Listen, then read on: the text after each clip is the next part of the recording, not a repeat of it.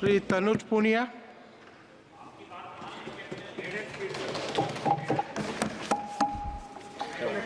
बहुत बहुत धन्यवाद माननीय अध्यक्ष जी कि आपने मुझे सदन में पहली बार बोलने का मौका दिया और वो भी इस अहम फाइनेंस बिल पे, वित्त विधेयक पे 2024।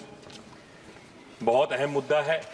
मैं देवा महादेवा की पावन धरती से, बाराबंकी से आता हूँ। मैं अपने लोकसभा क्षेत्र के जितने हमारे वोटर्स हैं, लोग हैं, उनका बहुत बहुत धन्यवाद देना चाहता हूँ कि आपके बीच में, पूरे देश के बीच में अपनी बात रखने का मौका उन्होंने मुझे दिया है।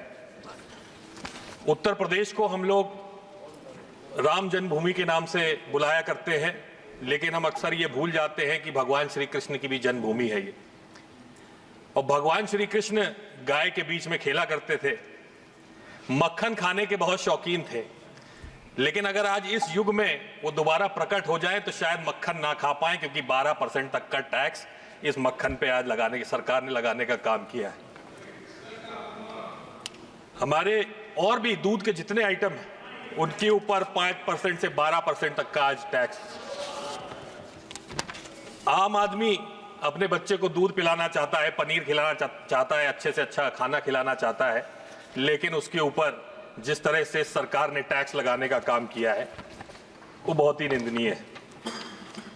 नई टैक्स रजीम लेकर के आए आप, साथ साथ पुरानी टैक्स रजीम भी चल रही है। बड़ा कंफ्यूजन है इसमें कि पुरानी में जाए कि नई में जाए। उसमें अलग कंफ्यूजन है कि आप एक बार बदल लीजिए, उसके बाद वापस आ जाइए, उसके बाद दोबारा आप उसमें चले जाइए, उसके बाद क्या करेंगे, उसके बाद रोक लगी है, नहीं रोक लगी है। बड़ा कंफ्यूजिंग सा है ये। अगर टैक्स रजीम रखनी है आपको तो कंफ्यूजन हटा के एक ही रखे। ये नई टैक्स रजीम जो है, इसमें आपने जो सेविंग्स है उसको इंसेंटिवाइज करने का काम नहीं किया, उसको बिल्कुल आम आदमी के भरोसे छोड़ दिया है कि आपको जो सेव करना है वो आपकी जिम्मेदारी है, हमारी जिम्मेदारी नहीं।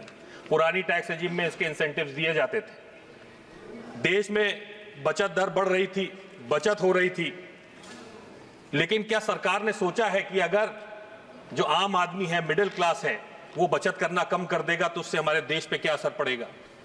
हमारी जो डोमेस्टिक सेविंग्स है, डोमेस्टिक सेविंग्स की बात मैं अगर करूं तो हमारे प्राइवेट लोगों की भी और सरकार की भी जो वित्तीय आवश्यकता है उन सब को ये पूरा करता है। और सरकार का जो ऋण है वो 95% से ज्यादा भारतीय मुद्रा में है। और अगर ये सेविंग्स कम होती चली गई, अगर कम हो गई, तो फिर इससे हमारी अर्थव्यवस्था पे क्या असर पड़ेगा, क्या सरकार ने इसके बारे में सोचा। हमारे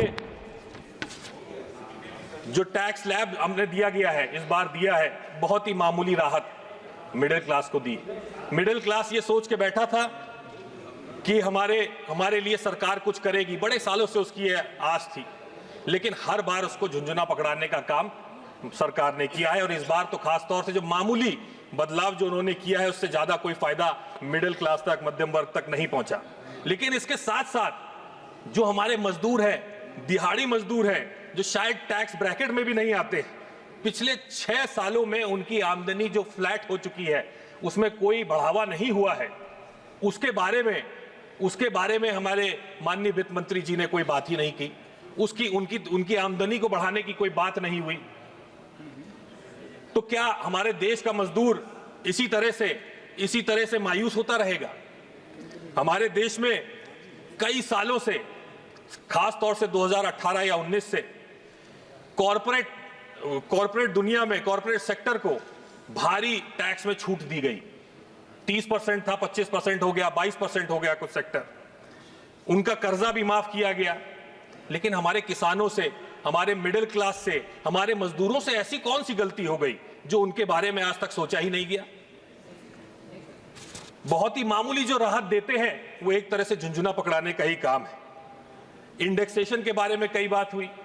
हमारे जो आम आदमी है, खास तौर से किसान जो वर्ग है, वो प्रॉपर्टी लेता है, वो सोचता है कि आगे अगर कोई वित्तीय संकट हमारे ऊपर आया तो हम इसको बेच करके उससे बाहर निकलेंगे। अगर हमारे घर में बेटे बेटी की शादी हुई तो पैसा कहां से आएगा, उसके लिए वो प्रॉपर्टी रखता है। लेकिन आज इंडेक्सेशन हटा करके ये एक बहुत बड़ा प्रहार हमारे किसानों पे, हमारे मिडिल क्लास के ऊपर किया गया है।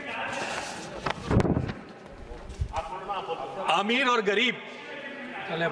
और गरीब के बीच में जो फासला है, बहुत बड़ा एक फासला आज के समय हो गया है। जो गरीब है वो गरीब होता चला जा रहा है और जो अमीर है वो और अमीर होता चला जा रहा है। पूरे देश की जो संपत्ति है, पूरे देश का जो पैसा है, वो चंद लोगों के हाथ में दिया जा रहा है। अमीरों को, बड़े बड़े कॉरपोरेट को, बड़े बड़े उद्योगपतियों को फायदा पहुंचाने की नीतियां बन रही हैं। उनके पैसे, उनके जो टैक्स हैं, उसको बार बार कम किया जा रहा है। लेकिन गौर फरमाने की यह बात है कि किसान से किस तरह की वसूली आज हो रही है। किसान के जो खेती बाड़ी के उपकरण हैं, ट्रैक्टर है, उसके पुर्जे हैं, फर्टिलाइजर है, इन सब के ऊपर भारी जीएसटी आज लगा हुआ है, भारी टैक्स लगा हुआ है। लेकिन सरकार की तरफ से एमएसपी की कोई गारंटी नहीं। वसूली कर रहे हैं लेकिन देना चाह नहीं रहे।